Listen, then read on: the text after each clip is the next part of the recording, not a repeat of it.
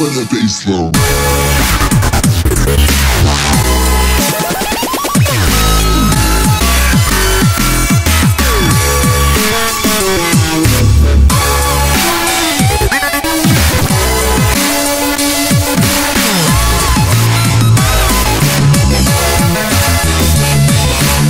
Hey, what's going on, guys? VT here, and this is episode 10 of the Valiant Vision of Very Vincible Velleities podcast. And today, we're talking about the Xbox One reveal. I am joined again by one of my very good friends, fellow gamers, Glacier.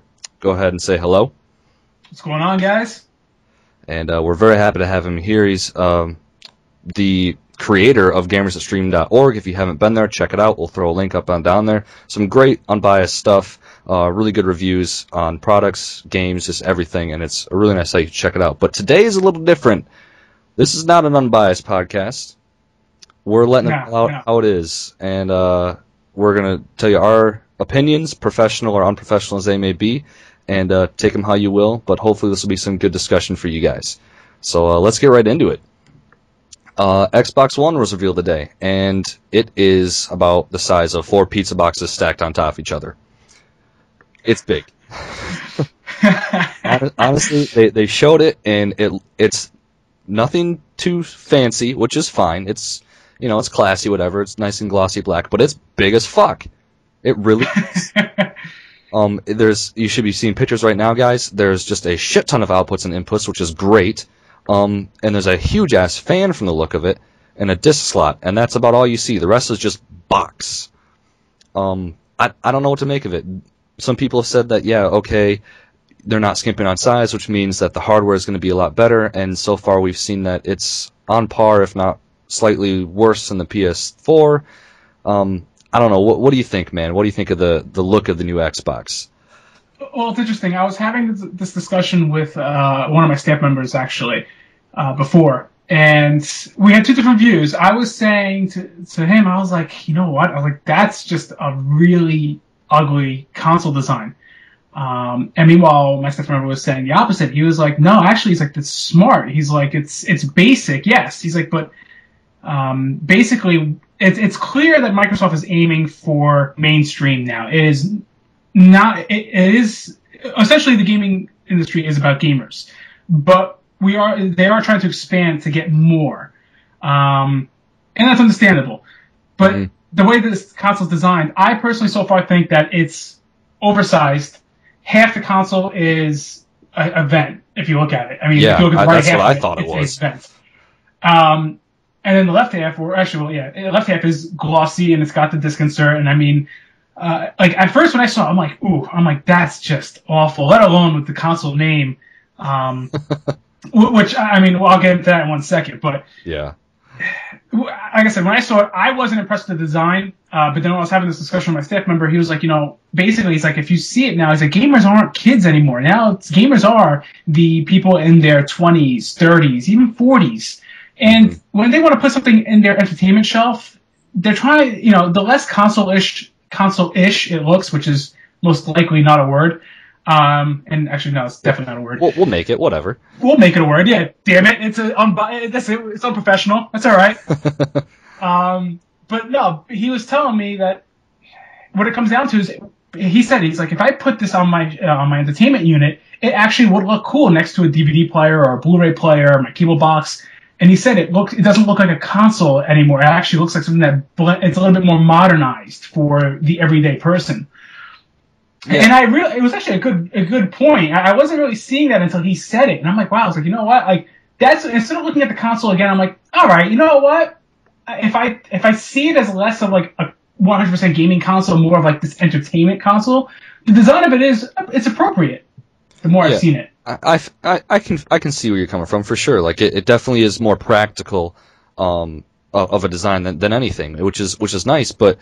At the same time, I like my consoles. Like, yeah, I got the DVD player if I need one, which I don't because I have a console. But I got the PVR. I got the random stuff thrown in there, the receiver and all that. And I kind of want my consoles to stand out a little bit. I want people to come to the house and be like, oh, what's that? And I'm like, oh, let me show you. Like, I'm surprised you haven't seen this before. I know it looks awesome in there. And the other thing though is just entertainment centers. I'm glad you brought that up because I just got a new entertainment center, and I love it. Nice. But that would not fit in it very well. I like to have everything organized and very specific, and I would have a slot for it where it's own little box, nice little ventilation in there, and it would definitely not fit because it just looks too big. And it is massive. It is massive, and that's probably might be due to the hardware thing, and they're not trying to slim down and stuff. And then we come back to the vent, which you mentioned, which is half of the console, and that kind of scares me because if they're not skimping on the hardware and stuff and not making it, eco-friendly, I guess is the first word that comes to mind. And it's really, taking electricity and sucking in the heat and everything. I want to see the power supply for this, by the way. Then why do we, what is the reason for that big-ass event and the fuck-off big fan if, do we need that? Are we going to have another Red Ring of Death thing going on here? Like, that worries me a little bit. I think the vents are the indication. So when you see fire coming out of the vents, that's when your system's dead. Yep, it should come with the fire extinguisher. Connect in the fire extinguisher. It's probably attached to the power brick of the AC adapter. Like a little mini extinguisher saying for use only when your system goes on fire, which is going to be probably it's a probable situation. Yeah, and a nice accessory would be a larger one too. You could bundle it. You get the mini fire extinguisher, the larger fire extinguisher. That's only if you buy the deluxe model, not the core model. Oh, naturally. And okay, real quick, just so everyone who's listening, so you don't want to listen any further in case you're a douche. There was no price or official release date announced. It said sometime in this coming year, or this year, something like that. And I was like, okay, great. So you're too scared to say holiday because that's what PS4 said. So you want to leave a little leeway in case you come up earlier than that. But at the same time, maybe you missed the holiday, you want to come out afterwards. I don't know. When do you think it's going to come out? Honestly, I could see them both the PlayStation 4 and Xbox. I can almost guarantee they'll both launch middle of November. Yeah. I see them launching at that time. I mean, the confusion is, it's funny, it's like, they're talking about how it's going to release this year, and it's evident it's coming out this fall because, Ubisoft already said that Watch Dogs and Assassin's Creed 4, Black Flag, they're both coming to Xbox One. Right. And no, we're not talking about the Xbox from 12 years ago, as much as I keep thinking of that the second I say Xbox One. But, really, the name alone is confusing as hell. The Wii U, I'm not going to lie, yes, it wasn't the greatest name and people bashed that as like one of the worst console names, but I'm sorry, Microsoft, they just took the cake. They're like, oh, we can one-up the Wii U. We got Xbox One. That's right. The name itself doesn't even make sense because they're like Xbox One and everything together, except for a 360 because there's no backwards compatibility. But that's okay. We'll still count it. Well, we'll get to that. Actually, I'd like to touch on the backward compatibility in a little bit. Yeah, we'll definitely dive into that. We'll definitely be diving into that. There's a good amount to talk about here. There's definitely a good amount that Microsoft did show off, and there's some things that we'd like to see more of. And understandably, they had a 1-hour conference, whereas Sony had a 2-hour conference. Yeah. And plus E3 is only 19 days away. So obviously we're going to see more. Yeah. But yeah, basically, the console. You know what? Just go ahead. Let's move on to the next. Yeah, we'll move on. Console looks, different opinions there, but overall, it's practical. I think is the general thing, which is good. Yeah. I wouldn't stack anything on top of it though. Next thing that was shown next to it, which made it look so fuck off big, is the controller, which is slightly new. It's a little more ergonomic, which you can easily tell just by looking at it. It actually looks very similar to the PS4 controller, just with the way the handles come down and stuff like that, and the triggers. But it still has a battery pack. And they said that there were 40 design innovations implemented in this new one, and I saw slightly more ergonomic, kind of smaller battery pack, still fuck off in the middle and in your way, and some nice triggers. And the analogs actually looked pretty legit. They got a little grippy stuff on them, which looked pretty sweet. But otherwise, nothing new there. What do you think for the controller, man? Controller just doesn't do it for me. I'm going to be 100% honest here. I was never a fan of the 360 controller, and I'm sure everybody's probably going to have a hit list out for me once I say that right now. Because, everybody swears that it's the best controller, and I could say, everybody's entitled to their opinion, and I'll state mine right now. I just never liked the 360 controller. I never found it comfortable or as ergonomic as everybody made it out to be. Right. It never felt comfortable for me to hold, whereas I've always been a fan of the DualShock controller, or even for that matter, people say like, oh, well, if you like the Wii U Pro controller, how do you not like the 360's controller? Because I like my Wii U Pro controller, but there's something about the grip and feel of that compared to a 360 controller that I like more. This new controller looks basically the same as the 360 controller. Maybe obviously like a little bit more fine tuned. Like the D-pad was the first thing that they definitely had to change. Because let's be realistic, when your D-pad's a puck, that's mistake number one. I definitely agree. I never held a Wii U Pro controller in my hands, but I've never been the biggest fan of the 360 controllers. They don't bother me a whole lot. They feel a little bulkier, which I'm not a huge fan of because I have more I don't know. I want to call them small hands, but they're more lengthy than they are wide.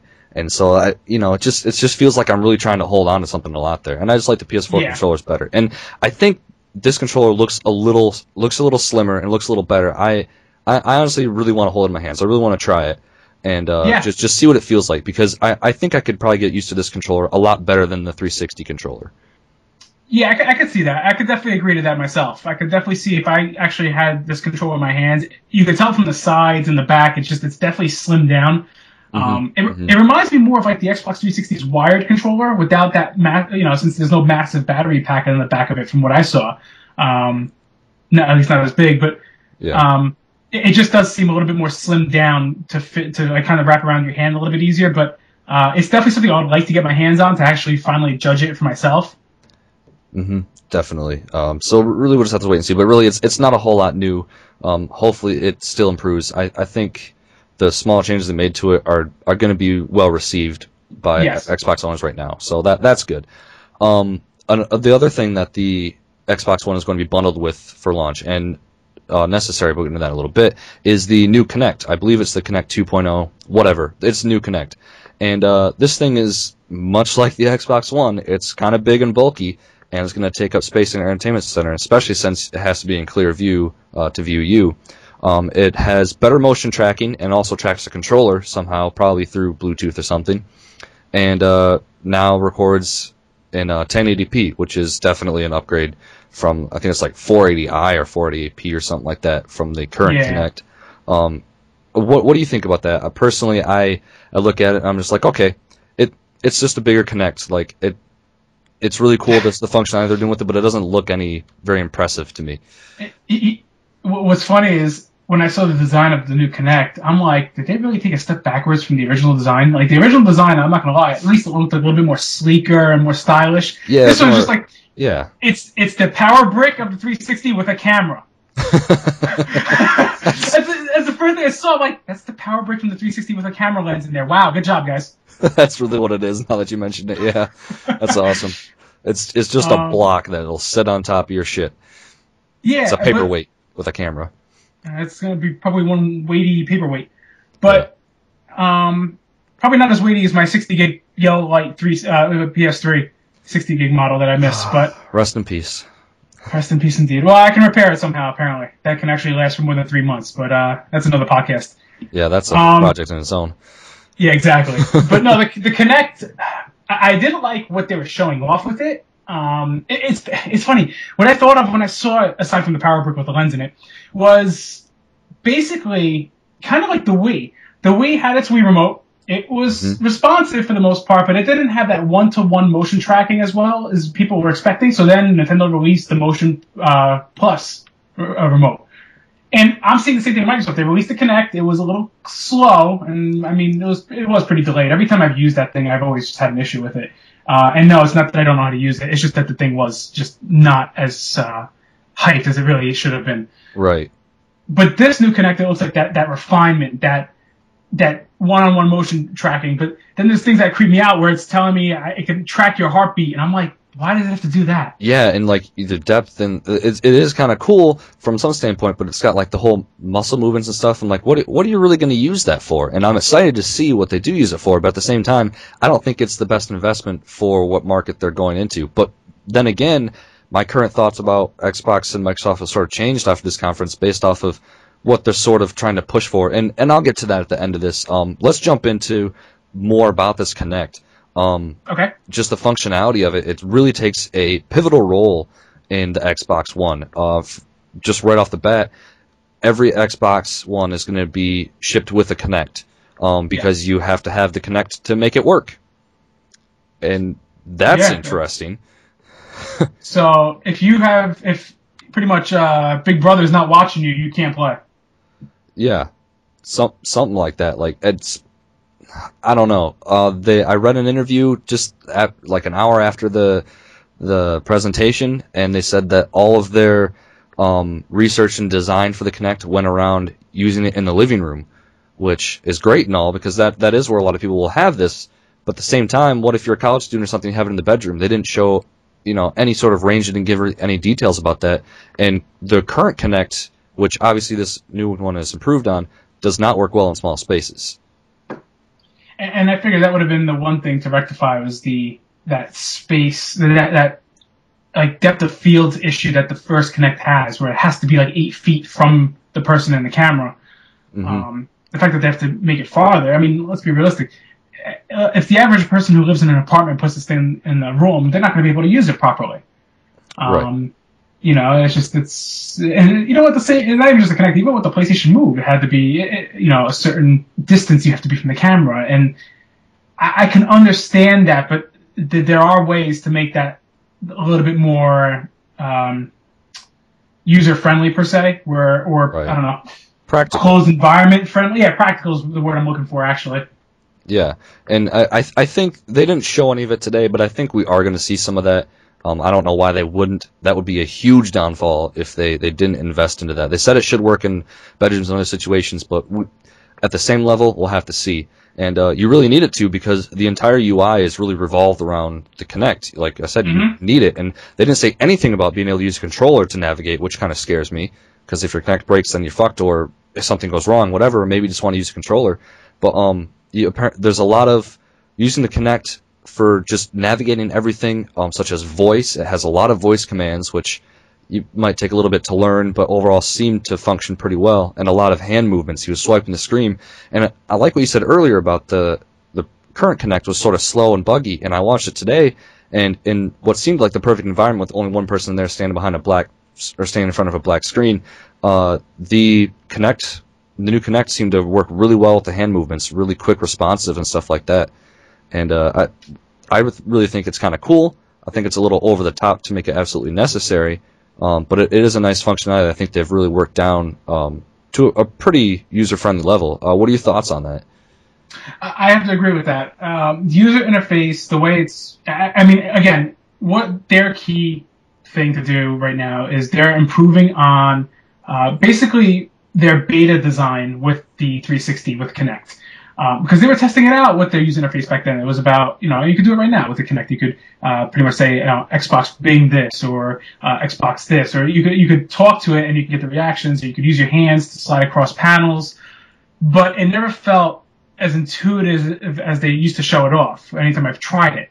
This one, it's clear as you see it that it's smoother, faster, and just overall better, which is what they were, obviously going for. And they need to show improvement. If they're showing off a new console, there's always the improvement in certain fields that they have to highlight, and that's one of them. That being said, it's cool. When you see it in action, it does kind of remind you... Actually, my staff member was saying this, and it clicked in my head once he told me. He says kind of like, the way Tony Stark is in Iron Man when his room is full of gadgets, and you can kind of just tell Jarvis to do certain things, and it'll pop up with screens. You can kind of control it with your hands and stuff like that. It definitely seems like they're trying to do that, like that futuristic interactivity of you connected, no pun intended, with the console. Yeah, that is actually a really good point. And I was trying to think of when he was doing you can grab the screen and pull it apart with your hands. I was like, what does that remind me of? And that is exactly it. So that's a really cool connection there that your staff member made, and props to him. Well, I don't know. Yeah. And so with this whole new UI, it's really reminiscent of the current 360 model. It's a lot of squares, a lot of boxes. It's very, very neat and very clean, which is very good for something like this. And it's very easy to follow for the most part what's going on. And they're showing it off, and you have like games and movies and apps and stuff, and there's a slightly larger screen which shows what's going on. If you're watching a movie, it's going to be still playing or something, or a game. It's very simple, and I think that's well received by most players out there, and especially people that will be using this. Another really cool thing they introduced is the Snap mode, which is basically Windows functionality that allows for multiple apps to be open at once, and you can also control it with your cell phone, so there's that cool interconnectivity there. It allows you to switch between TV, movie, music, games, pretty much everything, of course all via Kinect, either voice or hand movements, and it was all actually pretty fast. I thought it was pretty cool. I think it's going to be underused for the most part by most people, most gamers, excuse me. But nonetheless, I enjoyed it. What did you think, man? I have to agree 100% with you on this. It's definitely something really neat. It's great for connectivity. It might be an underutilized feature on the console, especially with, like you said, gamers. We might be used to certain other methods of accessing things, but I would say it's definitely a neat feature. It definitely caught my attention. I want to see where they go with it. I want to see, how well it's going to be utilized. Right, for sure, and especially with without getting too far ahead of ourselves in this discussion here, with the whole TV thing, it's kind of nice during loading streams to be able to go watch a little bit of TV or a movie or something like that. But usually when I hop on a console, like you said, underutilized, I'm just willing to play a game, and it might be nice if I need to look up help or something, let's go to the internet real quick. Right. And as long as it stays quick, I think it'll be a nice little thing just to have. Maybe not for every time use, but just something there. It'll be good. Go ahead. Oh no, I was going to actually build on that for a second. The fact that I was actually realizing a lot of people's reactions to that, saying "Oh man, that's amazing!" You can actually go from the game and then just go to the internet browser quickly or switch to the TV on. I was like, people were really blown away by this, but meanwhile I'm like, yeah, you know what? My Wii U does that. Say it's been around on a lot of other devices. Yeah. But not just that. It's again, my Wii U does it. Sure, I don't talk into it to do it, but I hit my home button while I'm playing the game, and I can access the internet browser while staying in game and check, a certain section I'm stuck on, or watch a video on YouTube from it. Or I can go to my Nintendo TV and actually, try to switch on my cable box and right from that, because that turns into a universal remote and finds you all these television programs and stuff of that nature. And that's why this wasn't impressing me, because I'm like, okay, to me, this is you guys saw Nintendo doing this, at least in the TV aspect, and I'm like, all right, obviously you guys are looking to build on something that they started in a sense for home consoles. And I personally didn't see any originality in that. I was actually okay, that's just more of let's take something that another console has and let's do our own little twist to it, but it's really the same thing. Right, but just the fact that you don't. Well, you kind of do have a 360, but just not as smooth. They're really improving on it. It's something new that'll catch people's attention. That it's a selling point. And you're right though. We've seen it already, but it's still new to the consoles, and that's what makes it exciting, I guess. And that's with a lot of things, too. The PS3 can't do that pretty much in the slightest. No. So the PS3, it takes me. Well, probably because on my hard drive, I'm down to 3 gigs left on it out of a 320 gig. So just when I get a message, I actually get pissed because it takes me literally 45 seconds to get the cross-media bar loaded up to only get to the message section of my cross-media bar to only load the message. XMB is a piece of shit. It's gotten slow. I love the interface for the PS3's XMB. I just wish it was a hell of a lot faster now. So honestly, I usually have the Vita right next to me when people message me. I'm like, yeah, I'm not opening the XMB. I'll have the Vita open for my messages. Yeah, that's what I do too. It's nice. We're going to see more of that with PS4, but we're not talking about that now. No, that's another podcast. Shut up, fanboy. Well, I ain't biased. Right? I could be biased if I wanted to right now. No. So, the Snap mode is pretty cool. Yeah. Apparently, it's a lot more. The Xbox One is a lot more personalized. When you log in, it recognizes who you are and opens up the last thing you did. It shows you what's trending, so you can sort of find things there. It's just kind of, it's like a PC. It is what I keep thinking. Is it just we keep coming back to this? Okay, Microsoft Xbox PC, and we'll get more into that later of how that actually is really like PC. But just a few wrap-up things for this. It's also going to use Skype that you can use in Snap mode, which is pretty nice. And also utilizes smart glass. Let's just get that out of the way. They keep pushing for this, and you can use smart glass with the whole UI, and I don't even know. They didn't really show much of it. I don't really care about smart glass. It's just a distraction to me. Yeah, I mean, I'm actually surprised that they didn't actually try to present a problem that's never a problem like they did at E3. They just presented this whole story about, hey, have you ever had to, pretty much go to the bathroom while opening up the fridge to get a hot dog out there? Like they presented this thing, like this nonsensical problem, and then a solution to this nonsensical problem.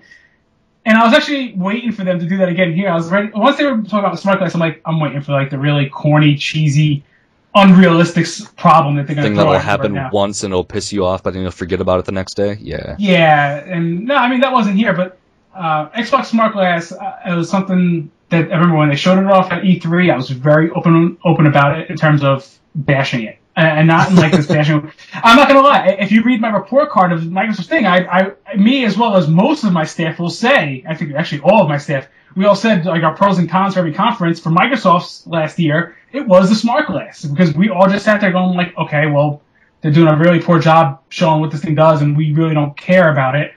And Right. I feel like that was probably one of the weakest elements here again today. I just feel like it's one of those things that they don't need. It's kind of like one of those things that they want, but they don't need. Right. Completely agree. One final thing before we get into some of the more important stuff. The Xbox One, being your one and all console thing, has this interactive TV, which we mentioned a little bit before, and it is kind of cool.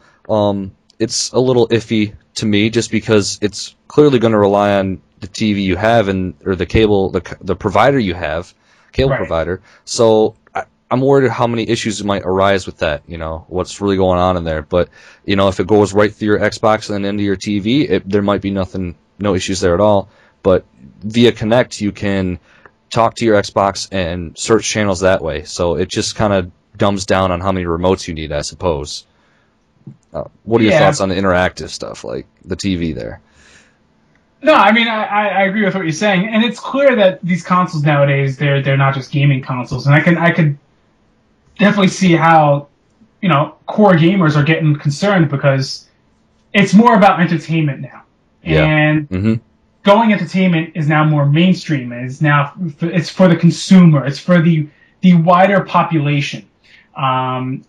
So I've seen people's reactions to the TV thing, and I've seen obviously most people say that it's cool, this and that, but it's it's definitely entertainment heavy, and now it's starting to become a section. It's becoming something where I'm seeing a trend where these consoles they're going to start becoming an entertainment thing, where it's going to become more entertainment and less gaming, and pretty soon we'll probably end up shifting our way slowly away from gaming to a point where it's not so much about games anymore. It's about how to watch Netflix while sitting on a toilet, or I don't know why I keep bringing that reference up.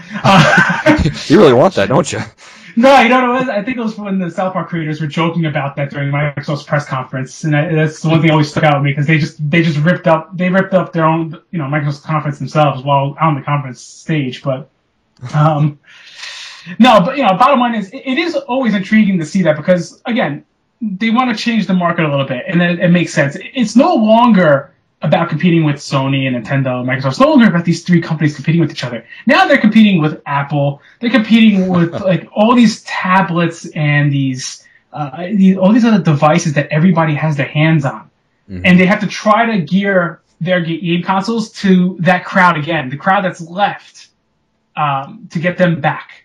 Right. I agree with a lot of that. I really like what you said, and that's what I wanted to bring in at the end of this too, which is the perfect time to do it since you brought it up. Just that a lot of what I saw today wasn't a lot of games. It wasn't a lot of stuff geared towards gamers. There was a lot of stuff geared towards general use, towards family use, and it really reminded me of the Wii and how it's really been, made to be like a family console so everyone can use it. And I'm like, okay, well that's really cool. You have a wider audience, but at the same time, you're supposed to be a gaming console. That's why people are watching this. They're really interested to see how you're going to present yourself compared to the other consoles. Why should I buy this one for games? Like family, yeah, that might be great. But if your family has one and they all want to watch TV through it or Netflix something, you're going to have to buy one for yourself too because you want to play games. So why can't I just let my dad watch cable like normal or watch Netflix on a smart TV and then me have my Xbox One in my room and no one else wants to use it? And I think that's going to cause some issues. Probably not for Microsoft or Xbox because they're going to have more people picking them up because they're going to need more. But it seems to me like what you said, they're pulling away and trying to get that larger crowd, which isn't really a dumb move, but just it's disappointing to me. It is, and you see that in a few console stuff that I really just want to see them really attract the hardcore gamers still, because that's what they started with, and I feel like that's where we should stick with on most of the levels. It's actually funny. I could, if I really wanted to right now, I could be a total dick, and I could pretty much troll Microsoft so badly about what you just said, because what I could actually say as a complete counter to that issue is, you said it perfectly. You could, it's definitely aimed for, we've said it, that's geared for the entertainment industry in terms of families and, trying to get everybody around for this all-in-one, as they keep calling it, entertainment device. And you said, well, what if, somebody wants to play the game and then the family want to watch a movie? Honestly, if I take it back, well, the Wii U, I wouldn't have that issue. I just look at my gamepad and be like, all right, go ahead, watch TV. I'll continue playing on my gamepad. Right? Problem solved there. It's funny. It's like, for all the crap that the Wii U takes, for example, because it's not graphically superior, I feel like in this day and age, people are forgetting that graphics really aren't everything. They're really not. They're not. There's a lot of functionality that goes into it, and a lot of other stuff. Just writing and everything. Like, there's a lot of core stuff to games that people just neglect, and they literally focus on like the top things that pop out, and it is disappointing to see it. And that's why when I do these reviews, I really like doing them, because it's like, okay, I can look past all that stuff. I've got enough time now. I can really look into what's going on in this game, and like that's really cool to me. And I wish other people could see it that way. Yeah, I mean, it's too bad, but that's this generation of gamers. I mean, not that I want to give them a shout out or anything like that, but realistically, I mean, I've seen gamers dumbing down, and I mean, they really gamers have gotten spoiled. I mean, and that's something I can go off on for the next hour, and I have completely valid reasons as to why I would say that. And if anybody's offended by that, either A, I could be sorry, or B, I could just say too bad and deal with it, because if you're offended by that, then chances are that you are the part of the problem. Completely agree. But no, it's definitely, there's much more to a game than just what's on the surface, and on the surface is the visuals. And yes, a game can look beautiful, can look amazing, it can look like something we've never seen before, but that can mean so many different things. That can mean visually it's different, or it can mean gameplay is unlike anything we've ever seen before, or it can be both. And it's the talented developers that usually can show that off. So the tech is there. It's a matter of now developers can utilize the tech in proper ways that are more than just these overly polished graphic powerhouses, and more of actually core games that we should really get. Right, and sadly we didn't see a lot of that today, and we'll get to that in just a short bit. But right, we'll move on for the sake of time right now, and talk about some of the bigger issues and achievements, pun intended, if you will, about the Xbox One. Starting off with something that actually kind of, I don't know, strikes fear in my heart, is the mandatory game install. And just for a little background, this is gathered from the interviews that have gone off today from IGN and Kotaku, credit to them, whatever. But apparently this is how it's going to work. You're given a code whenever you buy a game, a disc-based game, and so you insert the disc, and with your internet connection, grab your code, and it'll be paired to your account pretty much. And then you can install your game on your Xbox, which is really cool.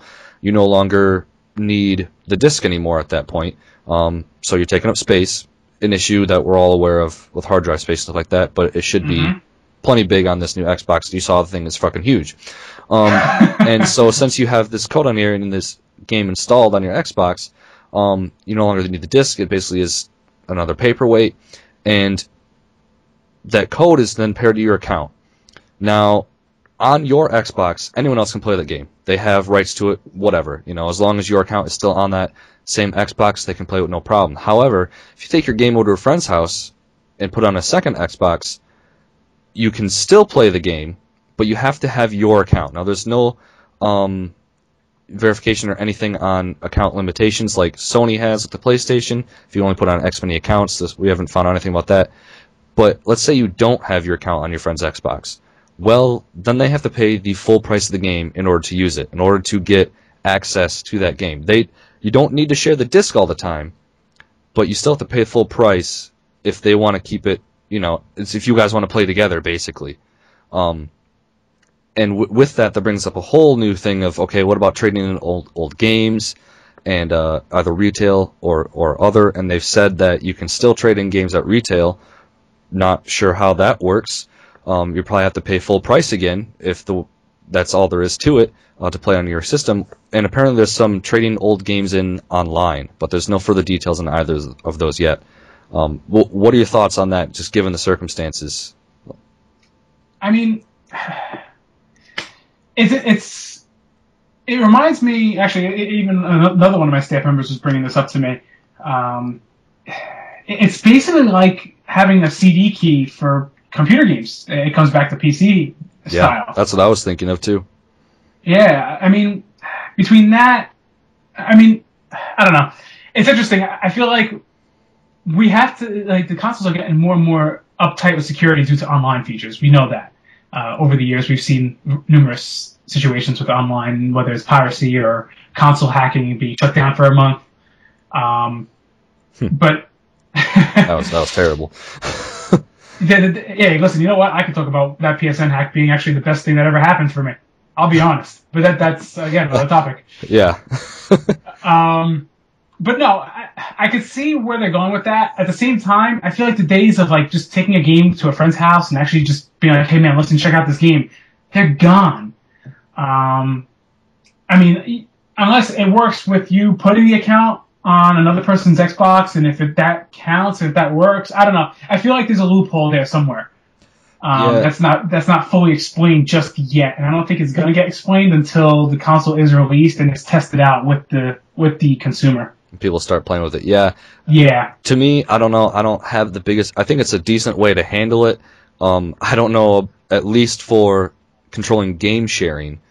Stuff like, just basically at the very core game sharing, but using the codes for old games like trade-ins and stuff, that concerns me a little bit, because from what I understand right here, okay, you bought your game, put it on your Xbox, got the code, it's installed in your console. You return the disc.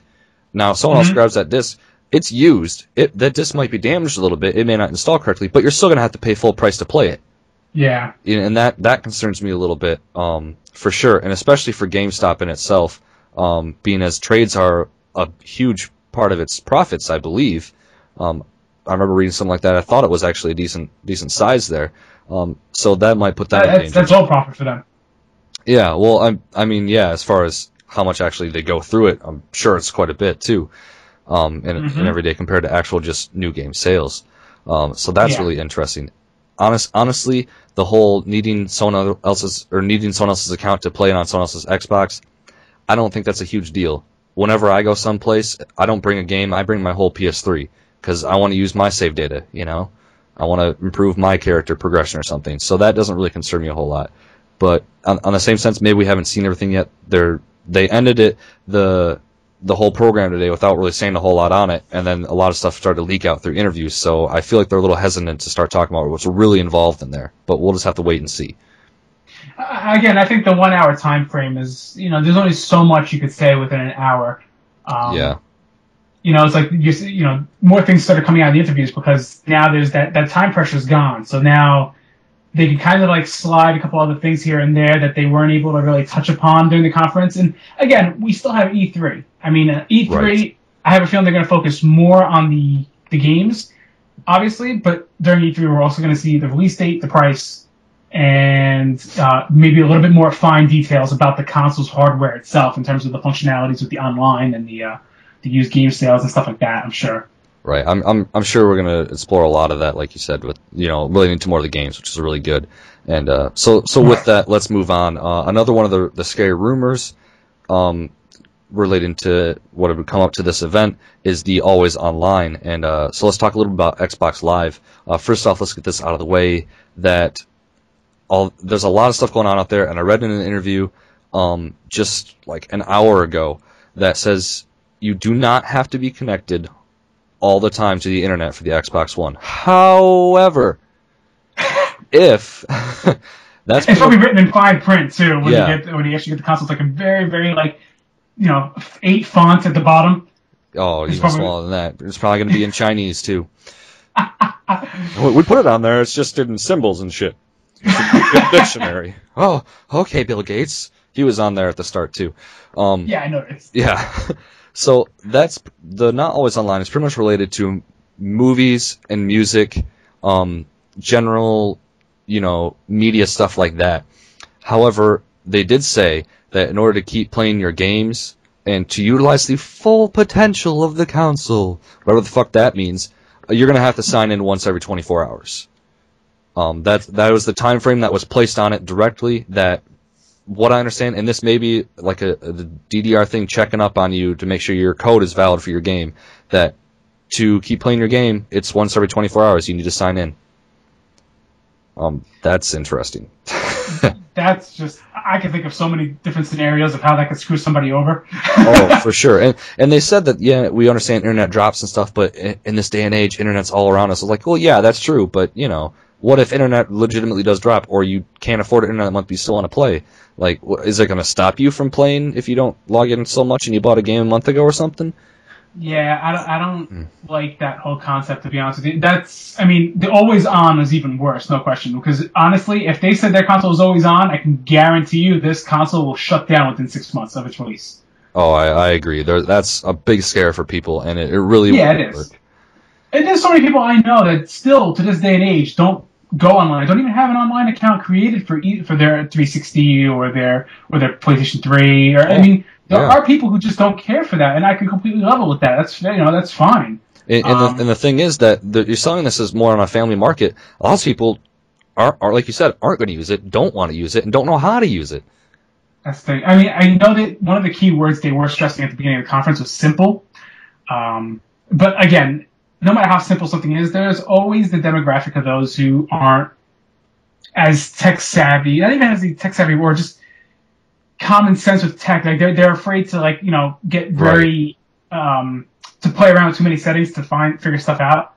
Yeah, they have no confidence and stuff. And now if they're trying to sell that demographic, that might cause some issues. Yeah, yes, granted, a huge chunk of the world is connected to the internet. But you know what? A perfect example is, let's say you go on vacation and you wanted to bring your Xbox One to your hotel room to play in case there's a day, like you go to Florida, it's going to be pouring on a certain day because, usually it has like those half an hour rainstorms every day. But you want to just hang out at the hotel. So you're like, all right, let me kill like half an hour playing a game until the rain stops, something like that, Yeah. You can't, because let's say there's no Wi-Fi in the area. You're like, oh, well, I'm shit out of luck. I guess I can't play. Thanks, Microsoft.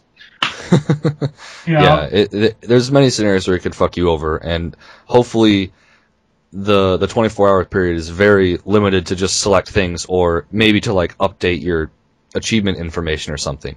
Hopefully it's not a limitation, more of a accessibility, a tool, if you will. We'll really have to wait and see on that. That's my biggest concern right now for the success of the Xbox One, though. Right. So related to that, though, Xbox Live. Let's dive into that a little bit, because there's a few improvements and a few changes that they made to that, which I think are really interesting. First and foremost, the thing that caught my attention was that they started off by saying, Xbox Live, you're going to have the same membership. I'm like, okay, great. So you're going to charge us money to play our games online, which should be free because it's part of the game. However, they expanded upon that and said now that with Xbox Live, and of course this may be integrated into the actual Xbox One anyway, but you're going to have a dedicated game DVR, which saves to a cloud, and of course that's Xbox Live. Then you can edit and upload stuff, but it wasn't really specified if that was YouTube or anything, or the process in that. But nonetheless, dedicated game DVR, just like we saw on the PlayStation 4. Well, not just like, but similar to at least, which is really cool.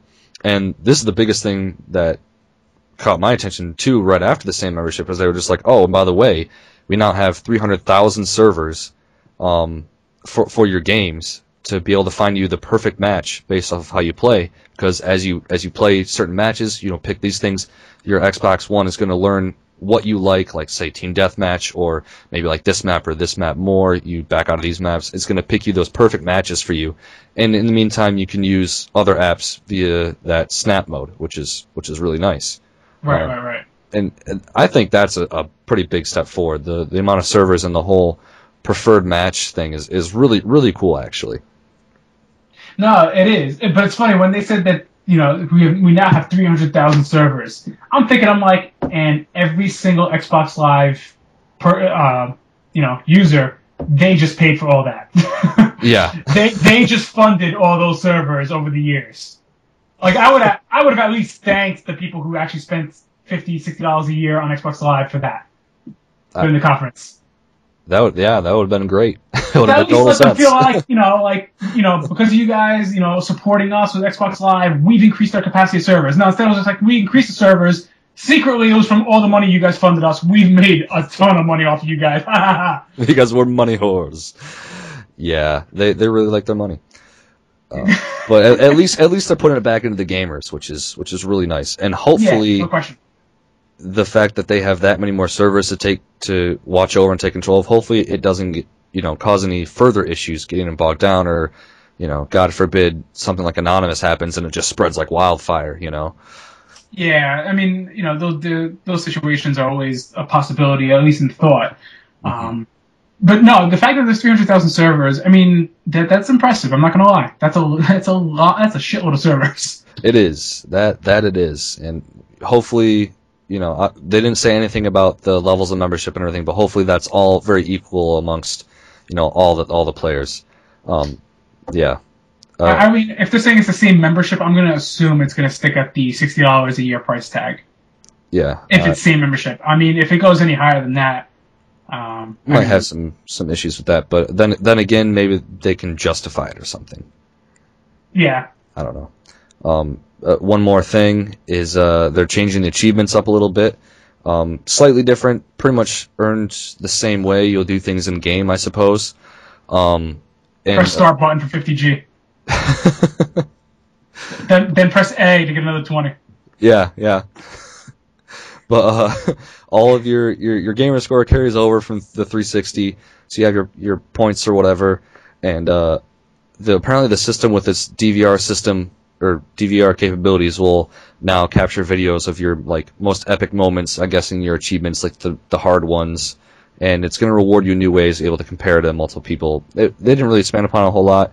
Looks like it's just going to try and make a more competitive thing out of it, which is really nice, instead of just, hey, I call my buddy, I got this, you try and get it now, or something. Or at least for PS3, hey, I have 32 platinums, great, how's your life going? Or something like that. 50 right here. I'm not bragging. Okay, yeah, well, you know what? me and my 16 are damn happy. I don't know. The achievements isn't, I don't think, the biggest thing that's going to grab people, but it is kind of nice that they're expanding upon it a little bit. Yeah, no, and I mean, it made sense that they would even expand upon that. I mean, they did kickstart the generation with that. I mean, yeah, it definitely brought a whole new level of a competitive field with you and your friends, as well as those that on leaderboards. And then obviously, so Sony do the trophy system instead, where they changed it up. And it's interesting, the whole trophy and achievement system, it's really enticed a lot of people into fully completing games or playing it in ways that they normally wouldn't have experienced it. Mm-hmm. But then it's also a con. There are people where they'll be strictly devoted to getting all the achievements or all the trophies in the game, and they'll look at the list before even playing the game, and they'll determine, oh, that's a crazy list, I'm not playing this game, screw that. You know, so it's like, you're damned if you do and you're damned if you don't. You have a variety type of gamers, but it is interesting to see that they are, I like the whole, that they're going to record you getting achievements, because yes, there could be those moments where you can get it in like a really epic way, and I know I've done that with like a lot of trophies in certain games. I'd be like, oh man, I wish I recorded that. Right. And it's great. Yeah, and what I kind of hope they do is they said it captures more of your epic moments, and I'm wondering if they really, because they didn't say more of your difficult achievements or something. They made it more broad, and I'm really hoping that, for instance, let's say you're playing a first person shooter or something. Let's say you get like a multi kill. Well, maybe it's going to record that too. Yeah. That would be really sweet too if they expanded upon the achievements concept and made it more of a general thing. Like, let's just do something awesome, and we'll reward you for that, and that would be really neat. I think, and that's a good way to build on it, I think. So good. Xbox Live seems to be, on the path we pretty much predicted, I suppose. Except for the 300,000 servers, that's a surprise and awesome. Good for them. So this was like 40 minutes into the conference of the hour, and we hadn't even seen any games yet, which is really disappointing. But thank God EA came in, and the rest of it is pretty much just a few games. They really didn't have anything special, which is really disappointing. EA came up and it was all about EA Sports, which is more casual gamer for the what we assume at least, and but it still looked pretty nice. They have a new engine called the Ignite engine, which has real player motion, and it actually looks really good. Like they show the cinematic, which cinematics always look better than the games themselves, of course, but it looked really nice. Like the motions looked pretty legit, like actually real life, which is great. And they're using this in 4 new games, which are all going to launch in the next year: FIFA, Madden, NFL, NBA Live, and UFC. You got anything to say on that? Not really, actually. yeah. I mean, I kind of said it all. That's all it was. You pretty much nailed every detail there, so I've got nothing else to even add on to that. That's good, because I'm not a huge. I appreciate sports games, but I'm not a huge fan of them. I don't own a single one. No, SSX, you can count that. Yeah, well, yeah, SSX is. Oh man, that game was just phenomenal. But it's not exactly realistic. But we don't need it to be realistic. If SSX was realistic, the game would suck. Yeah, that's true. It has Shaun White snowboarding. Oh god, that sucked. That game didn't even know what it wanted to be. It started off as, well, it's a semi-realistic snowboarder, but then you get these special abilities where you can fly up like 20 stories up into the air. So I apparently pushed a button. Man, my bad. Shaun White and your gum. Yeah, give it up, Shaun White. All right, so the next company that popped up after EA, and they showed off the thing and had a cool little montage with famous sports people, and one of them was talking Italian or something, was Microsoft Studios showing off Forza Motorsport 5, which is going to be available at launch. And racing game. Basically, a very high selling game for the Xbox consoles in general. Which is great. Yeah. So I mean, I know a lot of people who are into Forza. I know people who like Forza more than Gran Turismo, in terms of the content the games offer. And I mean, no, there's no question. I mean, Forza is a big title for Microsoft. It really has grown. I mean, it started off as kind of like a cheap knockoff to Gran Turismo, and each installment has of course naturally gotten better and better. And I would say since Forza 4, it's become like this huge powerhouse for the console. As a matter of fact, my staff member R17, he reviewed that when it released back in 2011. Gave that, I think it was a 9.0 out of 10, and he's picky with racing games, and that was one I remember he picked it up out of nowhere. I was surprised, and he's like, I got a new review coming, and I'm like, oh, okay, cool, and he's like, yeah, Forza 4. I'm like, really, you got it? Because he was never really into sim racers, and he's like, dude, this game's amazing. And then we ended up covering also the Forza Horizon review the day of the game's launch, and he reviewed that as well, same score almost, or no, A5. But regardless, the Forza franchise is a big franchise for Microsoft, so it doesn't surprise me to see that they were going to have that for launch. The funny thing is, though, you have Forza 5 for Xbox One, and you have Gran Turismo 6 for the PlayStation 3 coming out the end of this year. Yeah. Now one of them is one generation ahead. Yeah, and that's what I was thinking of. Well, so in a sense, when I was looking at the Forza, just the trailer that they're showing it, and it looked really good, no doubt about it. But I couldn't help but think back to the PS4 reveal and think of Drive Club, and I'm just like, man, I remember Drive Club looking so much better than this, and it's interesting. I'm sure it's going to do really well, but I don't know. I think I would rather compare Drive Club to Forza just because they're on the same console, even though they may be totally different and probably not in the same stage of development, considering previous practice and all that. But just looking at it, I was like, okay, looks really cool, looks really fun. I don't know, it still looks a little plasticky to me. That's just me. But, I mean, Drive Club did look amazing when we saw that back in on the PlayStation 4's conference. Yeah, I remember that caught my attention. I mean, Evolution Studios, they definitely push their games with visuals. There's no question about that. Right, and that may just be, I mean, that's all me, definitely opinionated, just because I don't play many driving games. I don't really know what to look for in those for the most part. Forza did look good, so. Usually you look for a steering wheel and four tires, and you're usually good to go. Okay, well, that's a plus then. we saw that. So okay, so then it's a driving. We're good. yeah, and so Forza is so far what we saw today as the only Xbox exclusive game, and we will get to that at the end. I know you want to talk about that, but just keep that in mind. And the next thing that Microsoft Studios shows was Quantum Break, which is a game by Remedy, and they showed a trailer of a little girl who apparently has superpowers or something. That's all I got from that.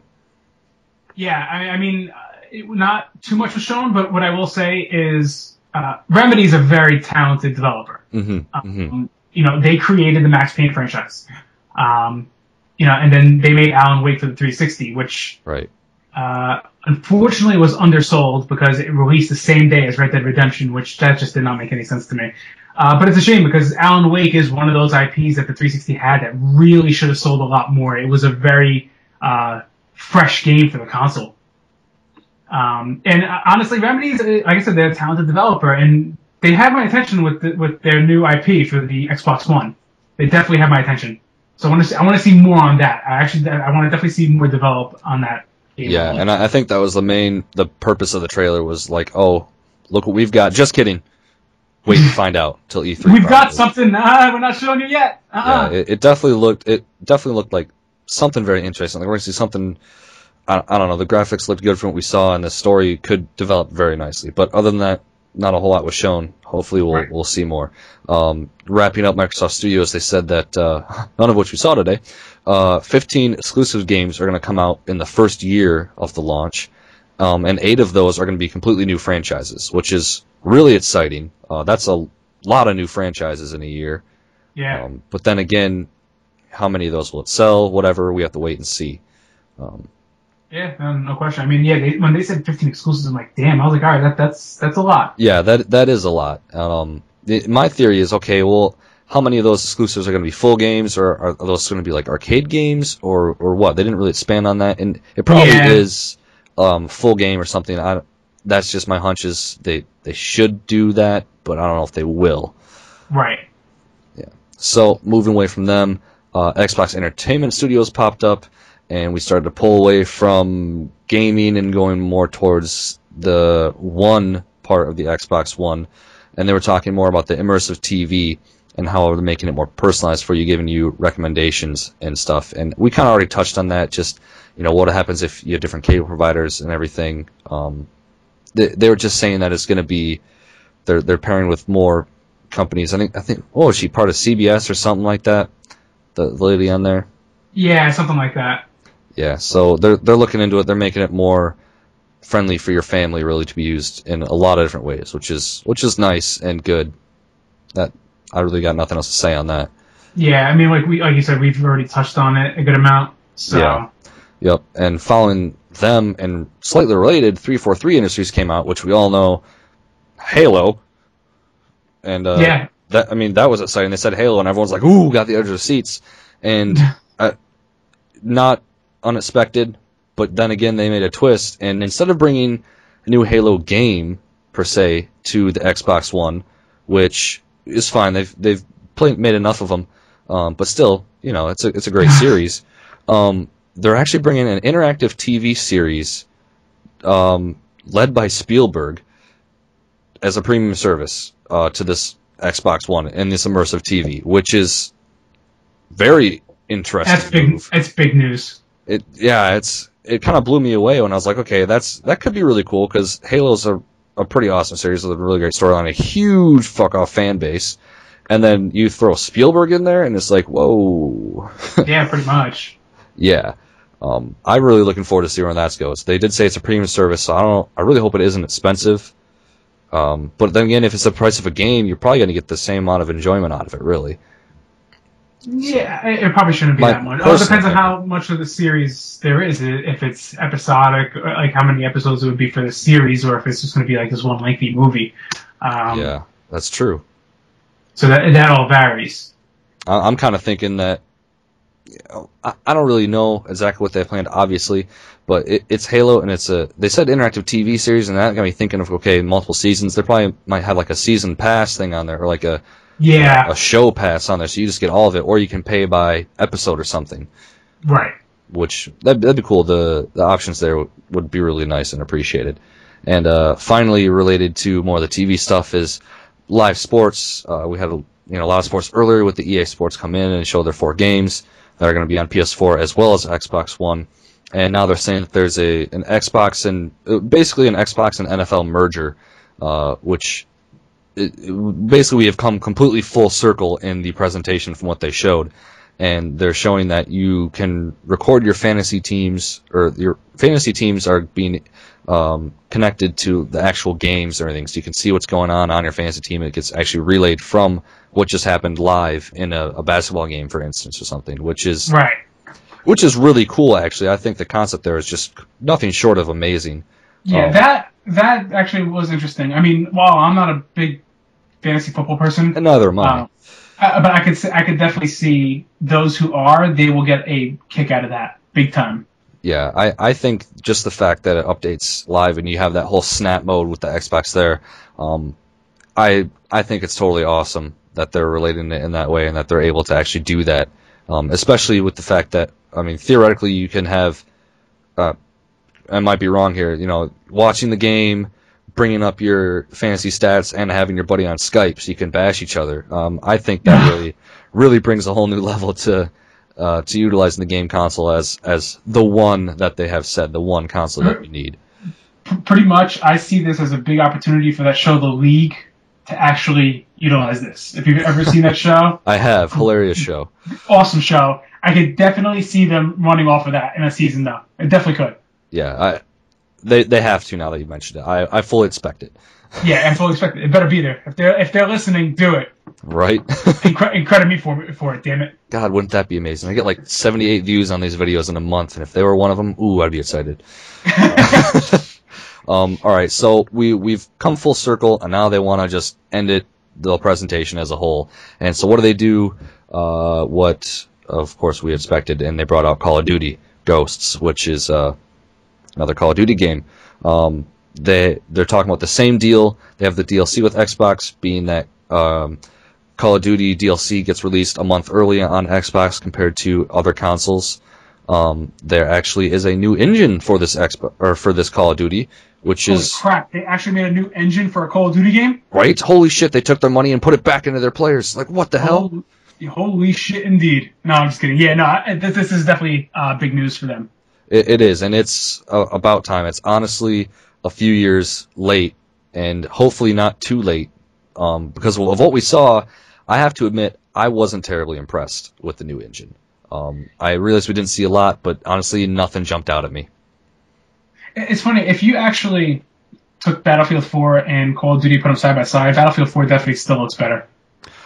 Even beside that, like what we've seen from Battlefield 4 and what we saw in the trailer for Call of Duty Ghosts today, just the cinematics, the physics, everything, the background, the environments, the sounds, it wasn't there. It wasn't comparable to Battlefield 4, and it's just like, why are people still thinking this is like the epitome of a first-person shooter?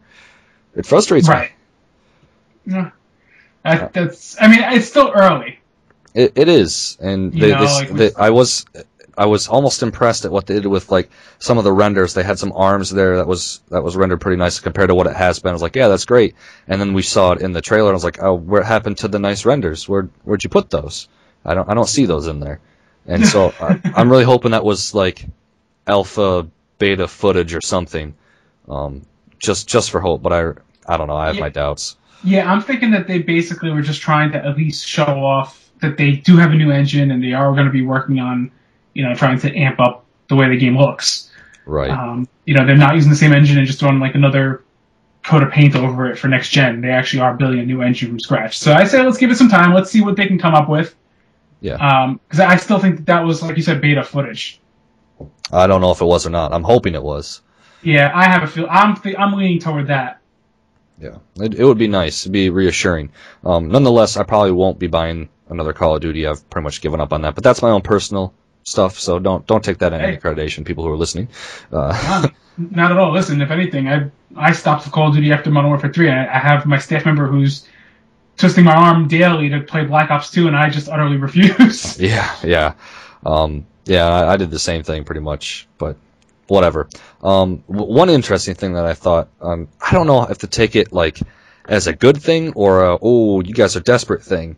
Probably a little bit of both, but they brought in an Oscar-winning scriptwriter to write the script of this game, to really put a lot of in the story. Because as you all know, Call of Duty is basically almost exclusively bought for the multiplayer.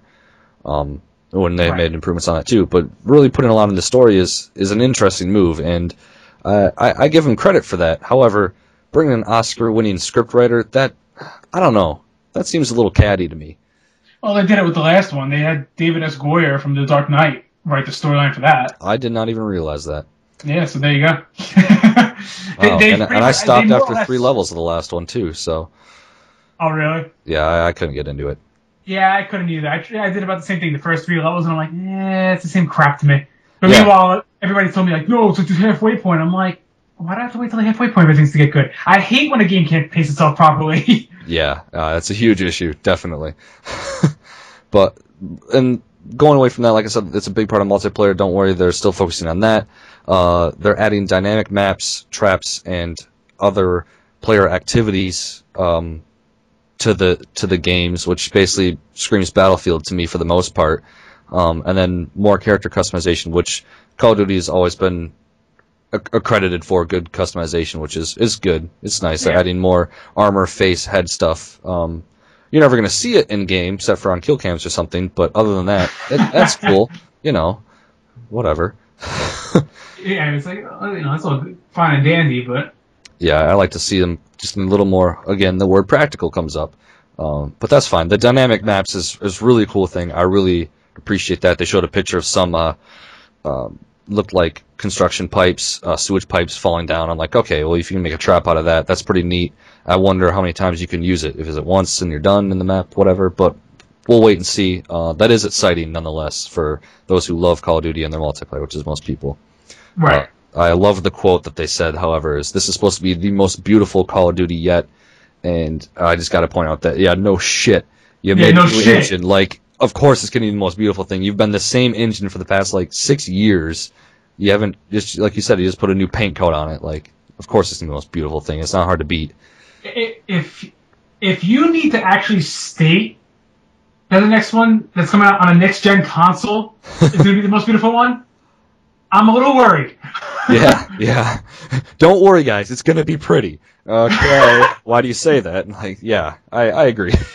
Oh, jeez. That's like Naughty Dog coming out at E3 and being like, we got Uncharted 4, and it's going to be a great-looking game.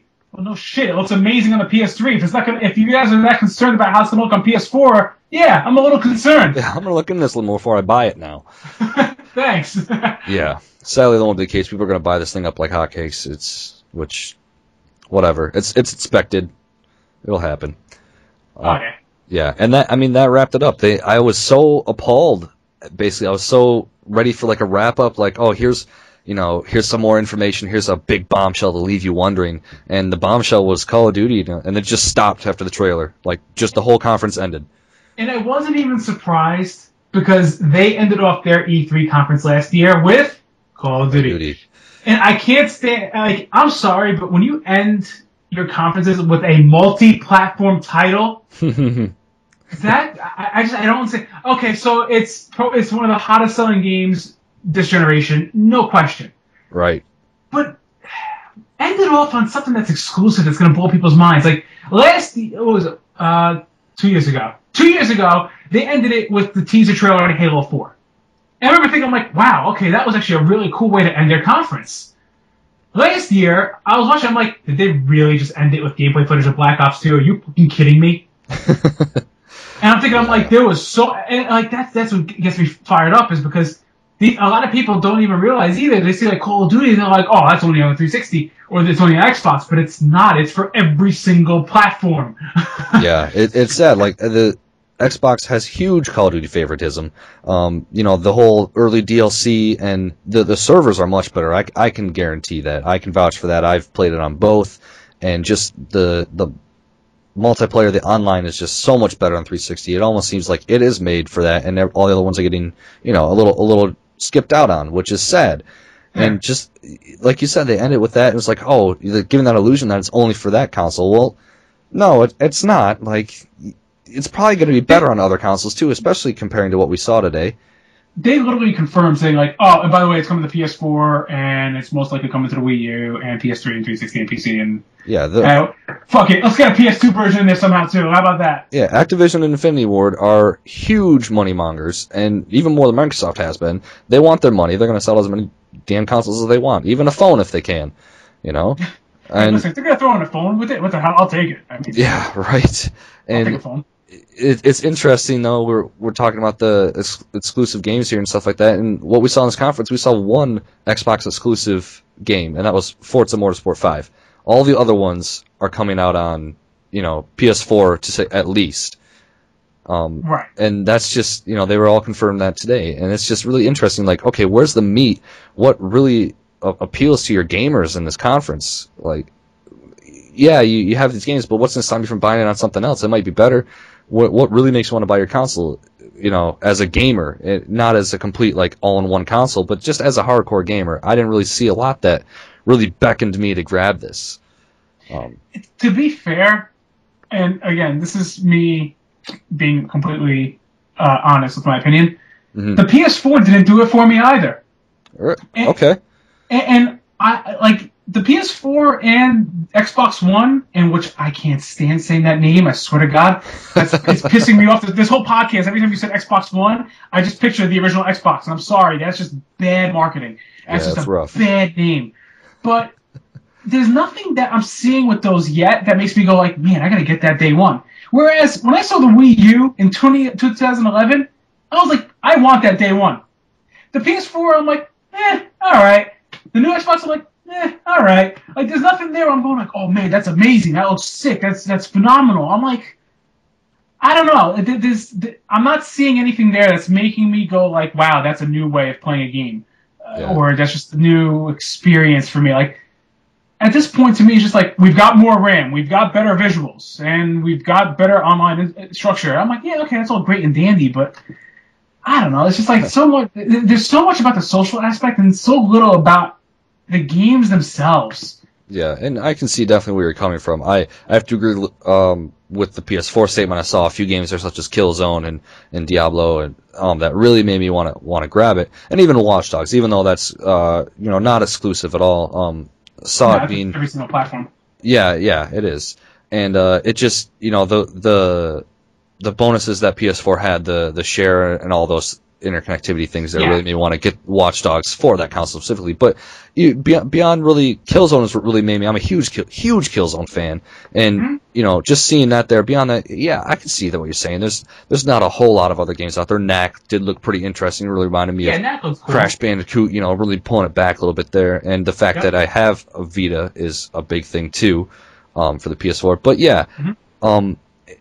As far as a lot of games coming out exclusives and stuff, we really haven't seen a whole lot of that, and I can only hope for E3. I'm really high hopes for that, obviously, because we're probably going to see a lot of good games coming out for there.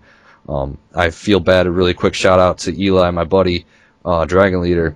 I still has hopes for Monster Hunter on the PS4, and that just touches me in places I cannot say on the internet. But also, I know have no hopes. And with that aside, I still am looking forward to E3 and what games they have to offer. Yeah, at this point in time, we've seen the Xbox One, but with Sony, we've seen what the system can do, and we've seen software, and we saw a decent amount of software with the PlayStation 4 conference. We did.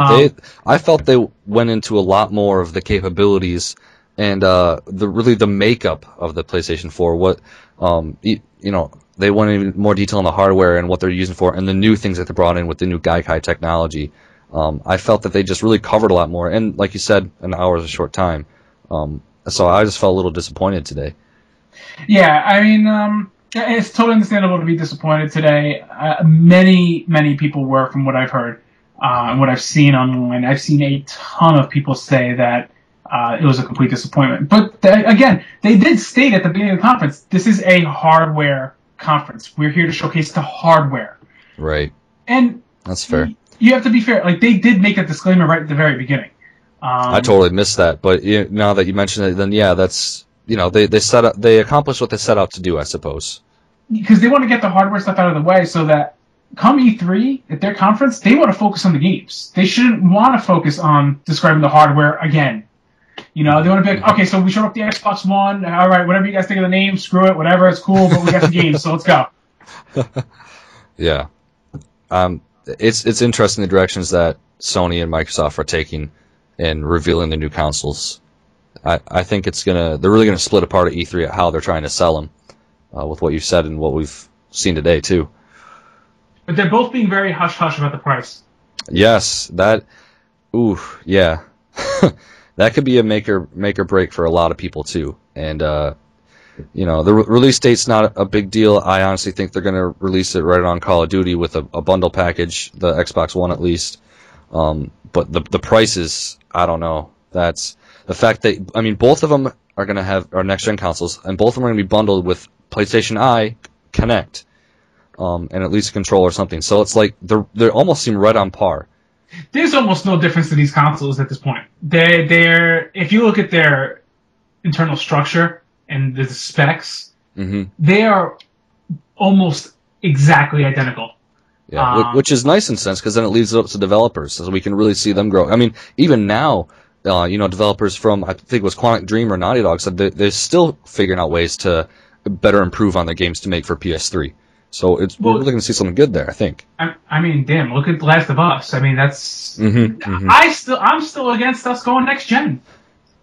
Yeah. I still don't think that there's any necessity to it. I still think that we have games like Metal Gear Ground Zero's coming out, and which at this point I'm sure is probably a next gen release. I can't see it. It looked like it was ready for this gen, and I remember thinking I was like, if there's a game like that coming out on the PS3 and 360, there's really no need for next gen. I'm sorry. If everybody stops using the freaking Unreal Engine, which I'm sorry, I could go on for days about how I hate the Unreal 3 engine. I hate it with a fucking passion. Well, there it is. I hate it. I think it's the laziest engine. But every game I see that logo, I'm like, oh shit, here we go. Here comes the texture loading when I play the fucking game. Thanks. But no, I'm never gonna get fired up yet, because you know what? I'm not ending my night getting fired up and punching a hole in my wall at how much I hate that engine. That's good. We don't want that. No, we don't want that. But no, it's I don't know. Then you see, like, for example, the PS3, you see games like Beyond and The Last of Us coming out, and they're further and further pushing the PS3 past its limits, past its capabilities, and I'm just looking at it and I'm like, do we really need a next generation console? I really still this is the longest generation of consoles, no question. Oh yeah, it's lasted for a while, strong. It's lasted strong, but the funny part is there's been so many enhancements to visuals with these games. If you look at the beginning of this generation to now, it's almost been like there's been a next gen leap within each other. If you look, if I pop in Resistance 1. I was just thinking about that. Resistance 1 compared to Resistance 3. Boom. Yeah, it's a night and day difference. If you do MotorStorm 1 to... actually, I'm not even saying Drive Club. That's a bad comparison. I don't know. Something early for the PS3. Uncharted 1 to Uncharted 3 is like freaking leaps and bounds difference, you know? Killzone 2 and Killzone 3 is actually a pretty noticeable difference. At least I thought so. Oh, yeah. I agree a lot. With what you're saying, how there's just a huge difference between the start and the end of just graphical improvements and even game quality, just as a whole, as the most general way you can define quality improvements, which is just wonderful. And even with the Halo thing on Xbox for comparable, though that's come a long way on the 360. And and it looks great. I do like playing Halo 4, and you can definitely tell a difference compared to the other ones. And I think the main thing is that Xbox or Microsoft has said it so well, like in their talk about always online and stuff like that. Like, the world is always online, and these consoles, as much as we don't like to admit it, really are not prepared for that. They're game consoles, hardcore game consoles, and people love that, and that's it's great, but they want to make more money, and to keep fueling our hardcore game addiction, I suppose. And so in order to do that, they're trying to make something that's more a rounded console, able to distribute to more people. Like I said, they're broadening their demographics. And the PS3 and Xbox 360, they don't have a huge social networking outlet, Xbox has Twitter, finally, and Facebook integration. There's a little bit on both consoles there. Netflix like that, some streaming programs, but really it's just it's all additions, and it's not as smooth as it could be. It's not as well done, and I think that's really the biggest push is they're like, oh, our consoles are getting behind what a general smartphone can do for the person. Why do they want to buy our consoles? They can buy a smartphone for all that stuff. We need to really make this push here, and I think that's the main reason for this huge push in the next gen. Yeah, I mean, it makes sense. I mean, everybody loves social media.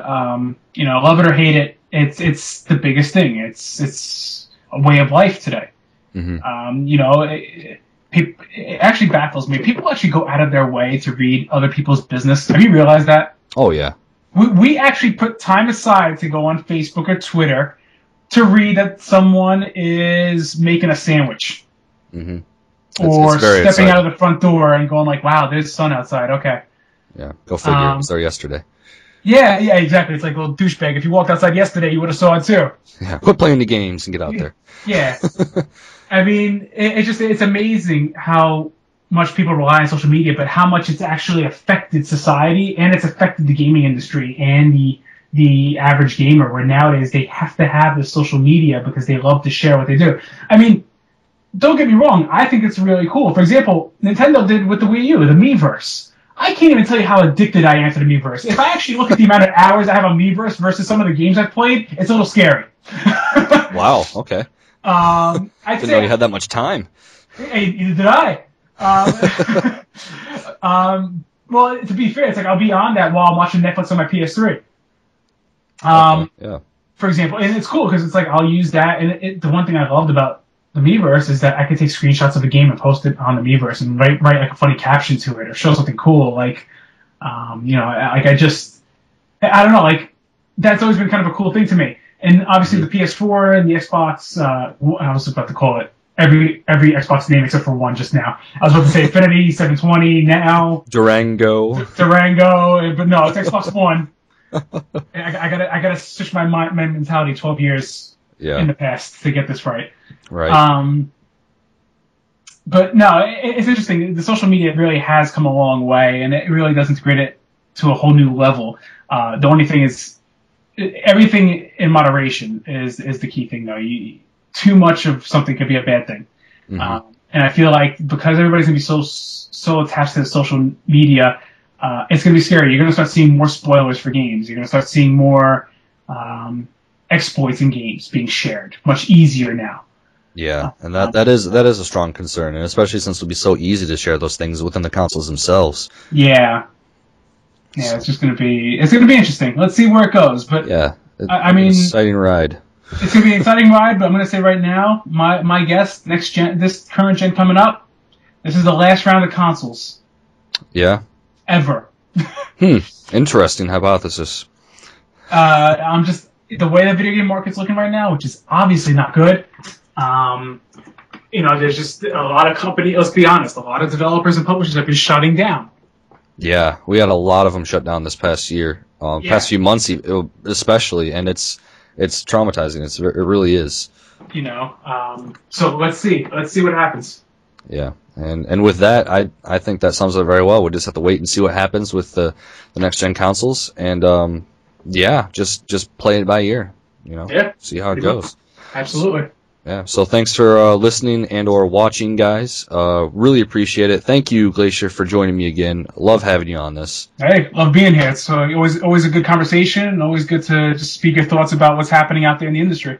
Yeah, it's really nice having someone else on here. So again, appreciate it. But that wraps it up with the Xbox reveal on May 21st. Really hope you guys enjoyed it. Leave some comments down below, some discussion tips. I will be more than happy to reply to pretty much anything you put down there within reason. And like, comment, rate, subscribe. Keep an eye out around E3, which you said, what is 19 days away? 19 days away, and we will be streaming and live blogging the main press conferences, which would be Microsoft and Sony's. So what we try to do is, last year we did it, and the year before we did it as well.